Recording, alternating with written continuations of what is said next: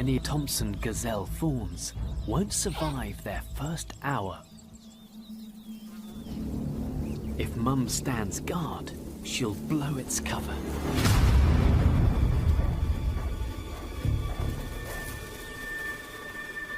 She has no option but to walk away. All it can do is stay down, stay still.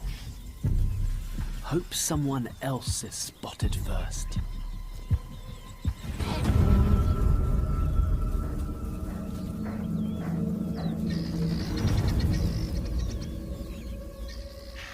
A distraction.